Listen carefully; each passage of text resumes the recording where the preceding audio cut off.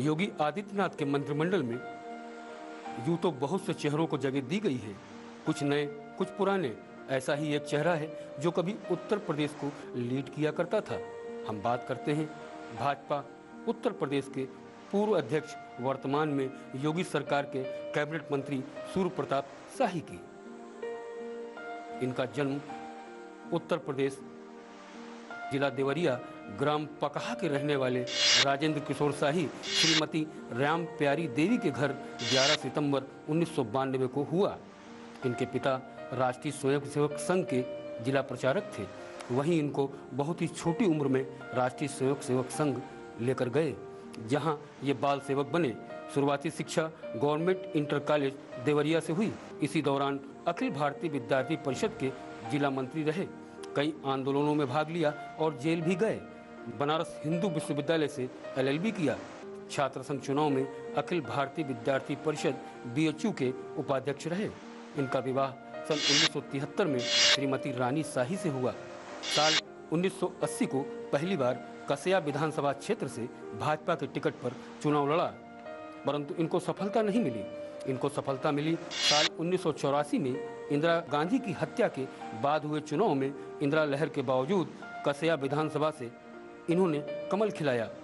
साल 1989 में राम जन्मभूमि आंदोलन में सक्रिय रहे। साल 1991 में दोबारा जीते और कल्याण सिंह मंत्रिमंडल में गृह राज्य मंत्री बनाए गए। कहा जाता है कल्याण सरकार में इनकी गिनती प्रभावशाली मंत्रियों में की जाती थी। सन 1996 में पुनः भाजपा के टिकट पर जीतकर कैबिनेट मंत्री आबकारी बनाया गया। साल 2005 से साल 2010 तक प्रदेश भाजपा के उपाध्यक्ष रहे। साल 2012 में भाजपा के उत्तर प्रदेश अध्यक्ष बनाए गए।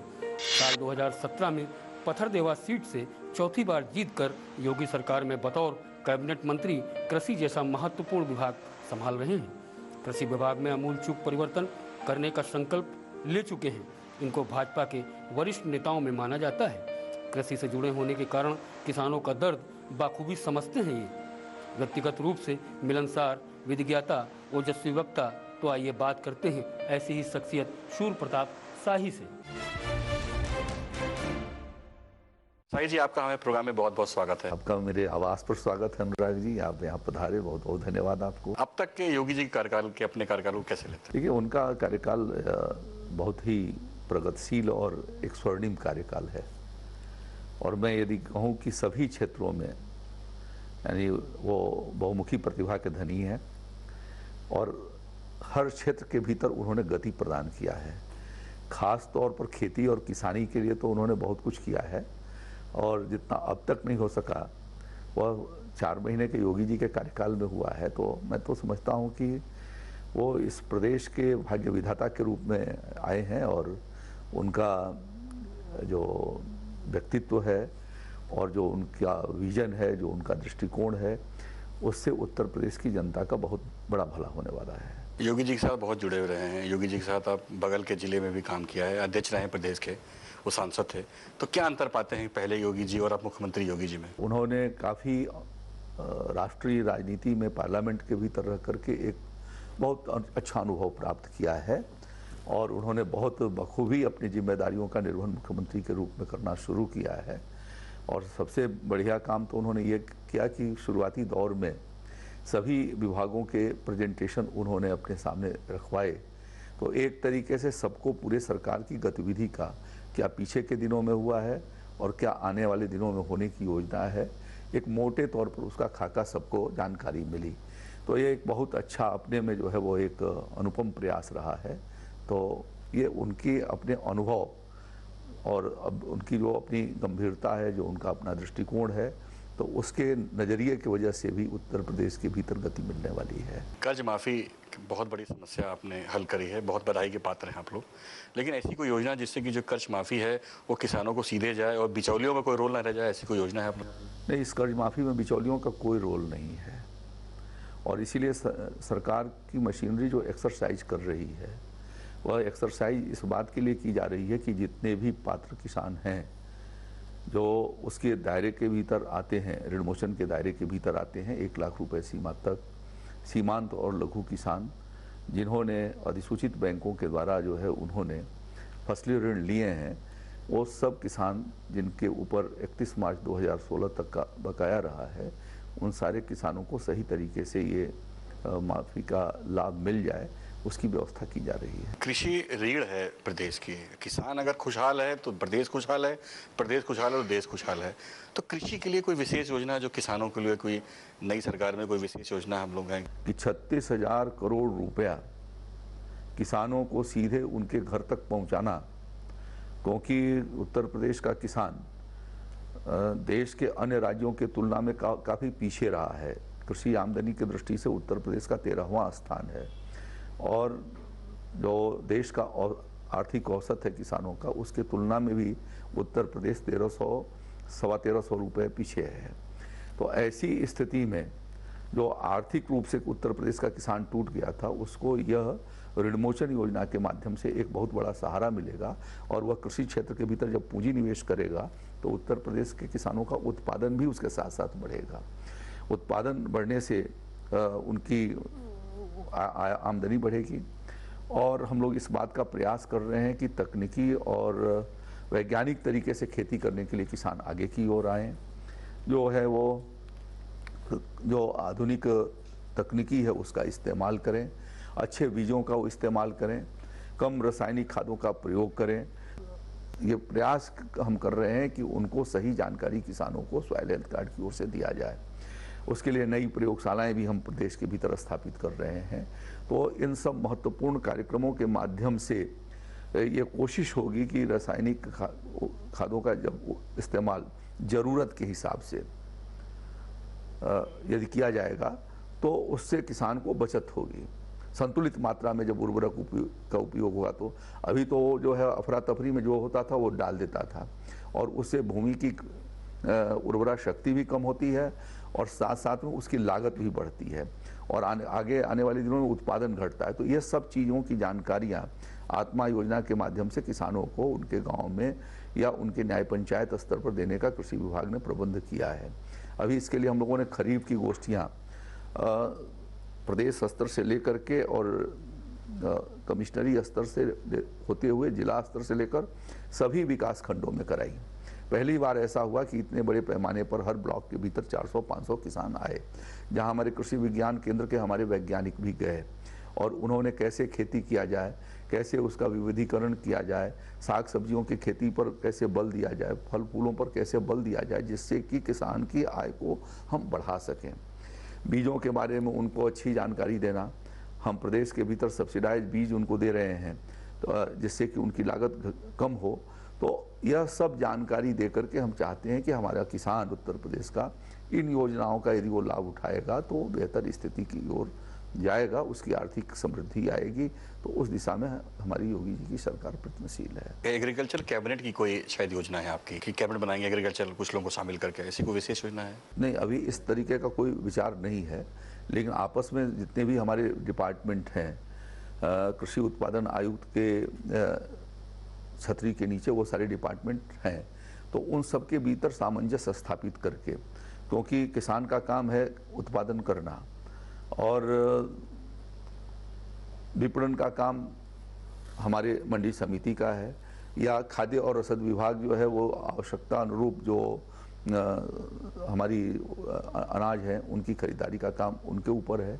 तो विभिन्न विभागों के भीतर तालमेल करके, और मुख्यमंत्री जी खुद इस बात का चिंता करते हैं कि सारे विभागों के भीतर तालमेल रहे, और उसके हिसाब से जो है हम बेहतर परफॉर्मेंस प्रदेश के भीतर दे सकें। आप किसान हैं और ये अच्छी बात है कि किसान कृषि मंत्री हैं, तो किसानों की सबसे बड़ी समस्या आप क्या मानते हैं सर? देखिए, किसानों की सबसे बड़ी समस्या ये है कि हमारे प्रदेश के भीतर छोटी जोत है। ज़्यादातर किसान सीमांत किसान हैं, उससे थोड़ा यानी 1 हेक्टेयर से नीचे की जोत वाले, औसत जोत अधिकांश किसानों की जो है वो 50 से 60 यानी आधा हेक्टेयर के करीब पड़ती है, और लघु सीमांत किसानों की संख्या भी जो है वो 30 लाख के करीब है। यानी 1 हेक्टेयर से ऊपर जोत वाले सिर्फ 30 लाख किसान हैं। तो और लगभग 1,85,000 किसान जो है वो सीमांत किसान की श्रेणी में आते हैं, और लगभग 20 लाख किसान जो है अदर सामान्य श्रेणी के भीतर आते हैं। तो छोटी जोत होने के नाते जो है वो खेती के ऊपर उनका बहुत दबाव है और उसके चलते जो है उनकी आर्थिक स्थिति जो है वो ग्रामीण क्षेत्रों की कमजोर रहती है, क्योंकि 70% से ज़्यादा किसान आज भी गांव में लोग खेती बाड़ी पर जो है अपने जीवन यापन को करते हैं। तो इसीलिए ज़रूरत इस बात की है कि हम ऐसे फसलों को उगाएं जिन फसलों के माध्यम से हमको जो है वो कैश क्रॉप के रूप में हमको मिल सकें। यदि हमने सब्जियों की खेती पर बल दिया, हमने फलों की खेती पर बल दिया, हमने मेड़ों पर वृक्ष लगाने के काम शुरू किए, तो स्वाभाविक रूप से वो अतिरिक्त हमको आय होगा। जो परंपरागत इधर की जो खेती हमारी हो गई है कि हम धान, गेहूं और गन्ना मुख्य रूप से यही प्रदेश के भीतर उगाने का काम करते हैं, यदि हम उसको मक्का की ओर जाते हैं, हम बाजरे की ओर जाते हैं, हम जो है वो मटर की ओर जाते हैं, हम दलहन की ओर जाते हैं, तो हमारा विभिन्न जो कोर्स सीरियल फसलें हैं उसकी तरफ जाते हैं, मड़ुआ है, तो मैं समझता हूँ कि ज्वार है, तो हमें अधिक दाम मिल सकता है, कम लागत से और अधिक पैदावार हमारी बढ़ सकती है। तो इसके लिए भी जो है वो हमारा कृषि विभाग लोगों में जागरूकता पैदा करने का काम कर रहा है, लोगों को इस तरीके की जानकारियां किसानों को दे रहा है कि हम खेती का विविधीकरण करें और उसके लिए हम प्रोत्साहित भी कर रहे हैं। दालों के बीज पर 50% तक की सब्सिडी हम लोगों के यहाँ से दी जा रही है। तिल पर 90% की सब्सिडी जो है वो तिल की खेती पर दी जा रही है। बुंदेलखंड में सूखा के समय में पिछले साल किसानों ने बहुत अच्छा तिल का उत्पादन किया। तो हर क्षेत्र में प्रोत्साहित करके ये कोशिश हो रही है कि वो हमारा किसान विभिन्न प्रकार के फसलों को ले, और इसीलिए अब की बार प्रधानमंत्री फसली बीमा योजना जो हम लोगों ने लागू की है उसमें हमने 8 जिलों में जो केले की खेती को हमने उस बीमा के भीतर कवर करने का निर्णय किया है। इसी तरीके से 7 जिलों में मिर्चे की खेती को किया है। तो यदि आवश्यकता के अनुरूप हम फसल लगाएंगे और बाजार की मांग के अनुसार लगाएंगे तो थोड़ा उसमें हमको ताकत मिल सकेगा। यह बात किसानों को बताई जा रही है। शाही जी से बात जारी रहेगी। मिलते हैं छोटे से ब्रेक के बाद। ब्रेक के बाद जानेंगे कि किसानों के लिए इनकी और क्या योजनाएं हैं।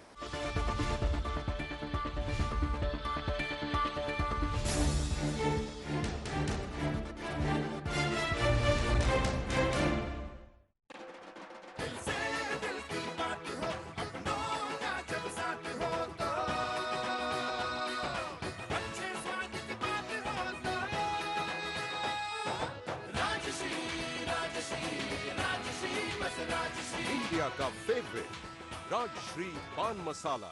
डॉक्टर आर्थो आयुर्वेदिक तेल और कैप्सूल। घुटना, कंधा या कमर, चाहे जैसा दर्द हो, ये मुझे देता है दर्द से पूरी आजादी, एक भरपूर जिंदगी। ये कोई टेम्परेरी पेन किलर नहीं, आयुर्वेदिक औषधि है।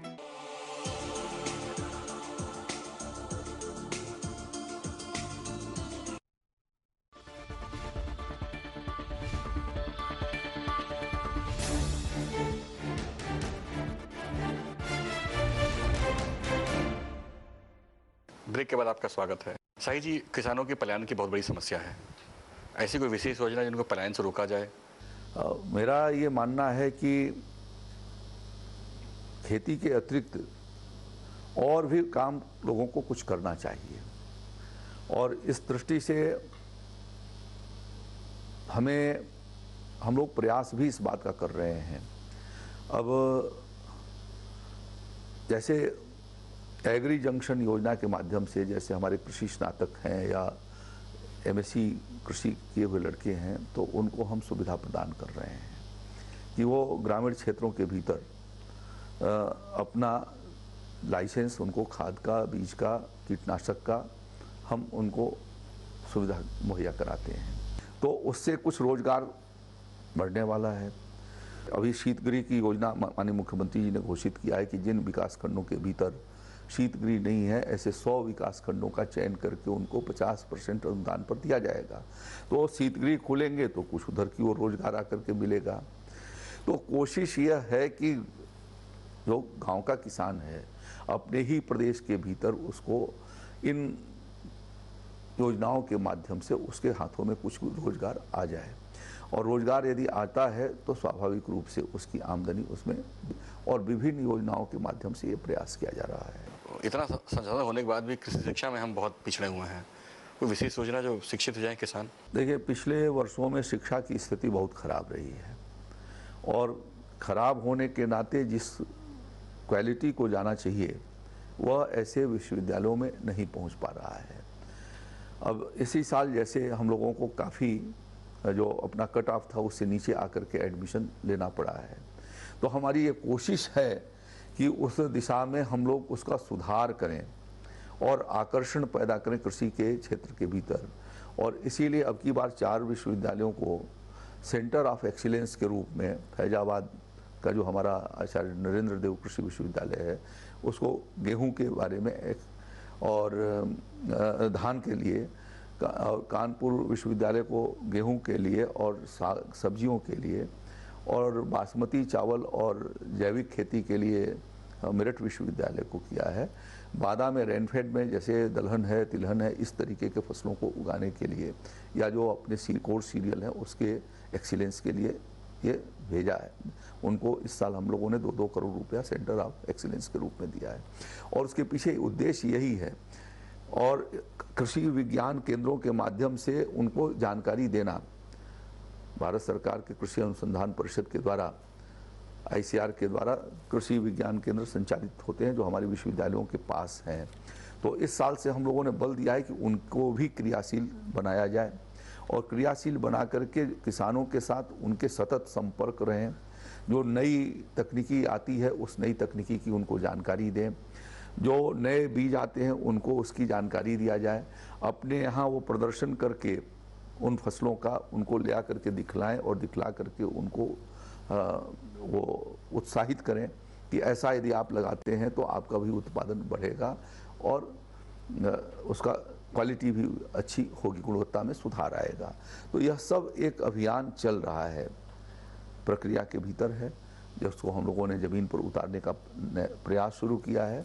और उससे निश्चित रूप से मेरा ये मानना है कि कृषि के क्षेत्र के प्रति आकर्षण बढ़ेगा और उसको गति मिल जाएगी। किसानों को बीज खरीद में बहुत बिचौलियों का सामना करना पड़ता है, बहुत घोटाले हुआ करते थे।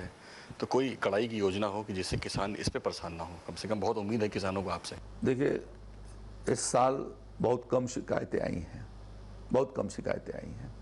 प्रयास ये हुआ है कि इस साल जो है हमने उसके सैंपल भी इकट्ठा कराए हैं, हम उसकी जांच भी करवा रहे हैं, और जो हमारे हर विकास खंडों के भीतर कृषि गोदाम हैं वहाँ पर खुद कृषि विभाग ने, यूपी एग्रो और कृषि विभाग ने अपने स्टॉल लगा करके जो है वो लोगों को प्रमाणित बीज उपलब्ध कराए हैं। इसी तरीके से हाईब्रिड कंपनियों को भी, जो अच्छी कंपनियां हैं उनको कृषि विभाग ने अप्रूव करके और उनको 10-11 कंपनियों के स्टॉल वहाँ पर लगवाए। तो यह प्रयास हुआ है कि अच्छा बीज उनको जाकर के मिले। आज ही मैंने जो है वो अपने कृषि बीज निगम जो उत्तर प्रदेश कृषि विभाग का है उसके MD के साथ बैठ करके गेहूं के समय कैसे रबी के लिए बीज उपलब्ध हो जाए, समय से उपलब्ध हो, उसकी चर्चा आज मैंने बैठ करके की है। तो चूँकि अभी अक्टूबर में बुआई होगी, लेकिन अभी से ये सरकार व्यवस्था ठीक रहे और किसी प्रकार की बीज की कमी किसान को नहीं आने पावे, उस दिशा में हम सचेष्ट हैं और प्रयत्न कर रहे हैं। अब आने वाले दिनों में गुणवत्ता में धीरे धीरे सुधार होगा। हम अपने फार्मों की व्यवस्था को भी ठीक कर रहे हैं, जहाँ से हम फाउंडेशन सीड और प्रमाणित सीड हम ठीक प्रकार से निकाल करके किसानों को उपलब्ध करा सकें। अब जब मैं आया था उस समय जो है वो हरी खाद के लिए ढैंचे का बीज उपलब्ध नहीं था, और इतना शॉर्ट टाइम था, फिर भी मैंने प्रयास करके इस साल 2500 कुंटल के करीब हमने ढैंचे के बीज विभिन्न जिलों में भेजे हैं, जिससे यदि वो ढैंचे की भी यदि वो लगाता है ढैंचे को, तो उसको नाइट्रोजन के लिए यूरिया का कम इस्तेमाल करना पड़ेगा। आने वाले सालों में हमारी ये प्राथमिकता होगी कि हम इस तरीके के जो प्राकृतिक खाद तैयार हो सकते हैं जैविक खादों से जो उपयोगिता से हम जो अपने फसल को लागत को भी घटा सकते हैं और उत्पादन को बढ़ा सकते हैं, उस दिशा में भी हम लोग प्रयास कर। प्रधानमंत्री जी भी इजराइल गए थे और उन्होंने इजराइल की टेक्नोलॉजी की बहुत तारीफ करी है खेती को लेकर। तो वहाँ से कुछ ऐसा है, कुछ बाहर से कुछ टेक्नोलॉजी लाई जाए जो कि खेती को और आसान बनाए और फलहर बना दे। अभी प्रधानमंत्री जी गए थे तो उन्होंने MOU किया है इजराइल के साथ टेक्नोलॉजी के लिए। तो स्वाभाविक है कि जब भारत सरकार ने और आदरणीय प्रधानमंत्री जी ने जो MOU किया है तो उसका परिणाम उत्तर प्रदेश को भी मिलेगा। और उसी के तुरंत बाद हम लोगों ने प्रदेश के भीतर सीमांत और लघु किसानों को और अनुसूचित वर्ग के किसानों को हमने 90% सब्सिडी पर हमने स्प्रिंकलर सिंचाई सेट उपलब्ध कराने का निर्णय किया है। और ऐसे ही 80% सब्सिडी जो है वो अन्य किसानों को भी उपलब्ध कराई जाएगी, जिससे कि जो 1 ड्रॉप मोर क्रॉप प्रधानमंत्री आदरणीय नरेंद्र मोदी जी का एक बहुत बड़ा संकल्प है कि कम पानी से और अधिक उत्पादन कैसे किया जाए। तो उस दिशा में उत्तर प्रदेश सरकार ने अभी हाल ही में 2 हफ्ते पहले जो है कैबिनेट ने फैसला किया है और हम उसको नीचे ले जाकर के उतार रहे हैं कि स्प्रिंकलर सिंचाई या ड्रिप सिंचाई के माध्यम से कम पानी का इस्तेमाल करके, या बुंदेलखंड का क्षेत्र जहाँ पर पानी कम मात्रा में है वहाँ हम इस तकनीकी का इस्तेमाल करके, या रेनफेड एरिया वहाँ पर इस तकनीकी का इस्तेमाल करके हम वहाँ पर उत्पादन को बढ़ा सकते। शाही जी से बात जारी रहेगी। मिलते हैं छोटे से ब्रेक के बाद।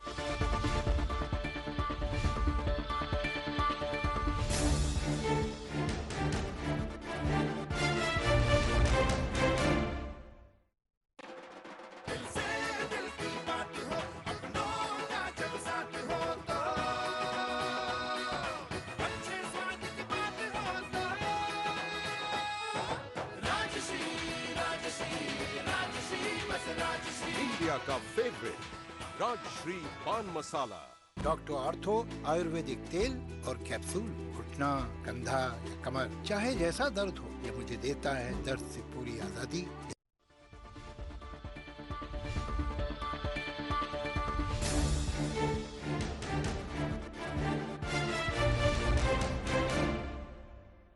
ब्रेक के बाद आपका स्वागत है। GST के बाद किसान को बहुत संदेह है कि कीटनाशक, उपकरण और खाद महंगे हो जाएंगे। नहीं, कोई इतनी बड़ी महंगाई नहीं आई हुई है उसकी, और नॉर्मल रेट हैं उसके।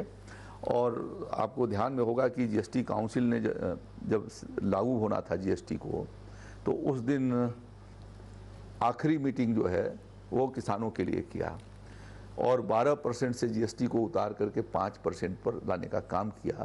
तो खुद प्रधानमंत्री जी भी इसकी चिंता कर रहे हैं और हमारे मुख्यमंत्री जी भी चिंता कर रहे हैं। उसका परिणाम ये हुआ कि उस दिन ही GST की जो आखिरी 18वीं बैठक हुई वह किसानों के लिए हुई। तो किसान कितनी प्राथमिकता में है माननीय प्रधानमंत्री मोदी जी के सरकार में, और उत्तर प्रदेश की सरकार की ओर से हमने भी माननीय वित्त मंत्री जी से अनुरोध किया था, अपने जो प्रदेश के वित्त मंत्री जी हैं राजेश अग्रवाल जी। तो उसका परिणाम ये हुआ कि 12% से नीचे उतर करके 5% पर आ गई GST, और 5% पर आने के बाद दामों में कोई बहुत अंतराल नहीं आया है। आप भी पूर्वांचल के हैं, आप कृषि मंत्री हैं, मुख्यमंत्री भी पूर्वांचल के हैं। पूर्वांचल किसान बहुत पिछड़ा हुआ है, तो कोई विशेष योजना पूर्वांचल के लिए, जहां सूखा भी पड़ता है और बाढ़ भी आती है, दोनों चीज़ परेशानी होती है? देखिए, BGRI करके योजना है जो धान के उत्पादन को बढ़ाए जाने के लिए काम कर रही है। उसके अंतर्गत वहाँ पर लोगों को सब्सिडी आदि प्रदान करके अच्छा बीज, अच्छा कीटनाशक, खादों को उपलब्ध करा करके, और जिससे कि सूक्ष्म तत्वों का संरक्षण दिया जा सके, इसलिए इस तरीके का अभियान हम लोग वहाँ पर चला रहे हैं। छोटे किसानों के लिए ब्याज मुक्त ऋण को कोई व्यवस्था कर रहे हैं क्या? देखिए, बहुत कम ब्याज पर 4% ब्याज पर फसली ऋण मिलता है किसानों को। भारत सरकार ने ऐसी व्यवस्था कर रखी है। 5% पर मिलता है, यदि आप समय से देते हैं तो 4% पर आपका हो जाता है। न्यूनतम इंटरेस्ट 7% का है, लेकिन इतना सुविधा भारत सरकार ने दे रखा हुआ है। तो अभी उसी सुविधाओं का इस्तेमाल करते हुए अभी हमको अपने आधार तंत्र को ठीक करना है, व्यवस्थित करना है। कृषि विभाग किसान को सही तरीके से समय पर उसको मौसम की जानकारी दे, जलवायु के हिसाब से उसके फसल लगाए जाने की व्यवस्था करे, जो ज़मीन की सेहत है उसके हिसाब से कौन से फसल हम लगाएं, कौन से कीटनाशक इस्तेमाल करें। तो यह एक व्यापक कार्यक्रम हम लोग चला रहे हैं, जिससे कि किसानों को आने वाले दिनों में इस तरीके की कोई आर्थिक बोझ न पड़े। फिलहाल जो अभी फैसला हुआ है वो फैसला अपने में ही एक बहुत बड़ा फैसला है और किसानों ने हर तरफ से उसका स्वागत किया है, और इसलिए अभी आज की तारीख में कुछ इस पर कह सकना की संभावना नहीं है। ये तो तय है, दिख रहा है कि कृषि सहित कई क्षेत्रों में आप लोग अच्छा काम कर रहे हैं, लेकिन नहीं लगता है कि सारे अच्छे कामों को लॉ एंड ऑर्डर की स्थिति ढके दे रही है? देखिए, बहुत दिनों से बिगड़ी हुई व्यवस्था थी। 15 साल उन लोगों के हाथों में रही है जो लोगों ने प्रदेश के भीतर अराजकता पैदा किया है या जिन्होंने माफियाओं और गुंडों के एक समूह को खड़ा कर दिया था। आज आदत उनकी बिगड़ी हुई है, फिर भी सरकार जो है कठोरतापूर्वक उनके खिलाफ कार्रवाई कर रही है और अब धीरे धीरे आपराधिक घटनाओं में काफ़ी कमी आई हुई है और वातावरण कुछ दिनों के भीतर ठीक हो जाएगा। और ये बात अपराधियों को पता चल गया है कि ये सरकार हमको यदि अपराध करेंगे तो हमको छोड़ने वाली नहीं है और हमारे खिलाफ कठोरतम कार्रवाई होगी, और इसलिए अब धीरे उस पर नियंत्रण भी स्थापित हो रहा है। पूंछड़ खाने बंद होने से कहने में आ रहा है किसानों और कृषि को बहुत फायदा होगा। पशु रहेंगे तो स्वाभाविक रूप से हमें आर्थिक ताकत देते हैं। अपने ही प्रदेश के भीतर बुलंदशहर जिले को लीजिए तो वहाँ पशुपालन इतनी बड़ी संख्या में होता है कि अकेले बुलंदशहर जिले से 35 लाख लीटर के करीब दूध की सप्लाई जो है वो होती। 35 लाख लीटर से ज़्यादा दूध की सप्लाई अकेले बुलंदशहर करता है। तो वहाँ के किसानों की उसके वजह से उनकी आमदनी आज देवरिया और गाजीपुर के किसानों की तुलना में 2 गुनी के करीब पहुँच जाती है। तो स्वाभाविक रूप से पशुपालन करना होगा। ये अवैध बूचड़ खानों में लोगों के मवेशियों की चोरी भी बहुत बड़े पैमाने पर होती थी। लोगों की भैंस उठा ली जाती थी या उनके बैल उठा लिए जाते थे। यदि वो निकले हैं सड़कों पर या खेतों में चरने के लिए, वहीं से जो है वो ट्रकों पर लाद करके जाते थे और उनका कत्लेआम हो जाता था।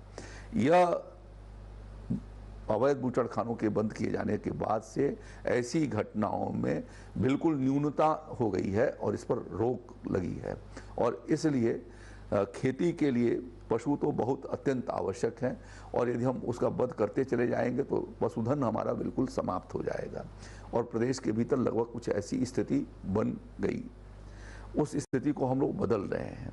अब जो अपनी देसी नस्ल की गायें हैं उनको प्रोत्साहित करने की योजना भी भारत सरकार भी लाई हुई है और उत्तर प्रदेश की सरकार भी ला रही है, और वो गंगा तीरी है या हमारा साहिवाल है, इन सब लोगों को जो है वो उस प्रोत्साहित किया जा रहा है कि ऐसे गायों को रखें जिनमें जनन की शक्ति, प्रजनन की शक्ति ज़्यादा है।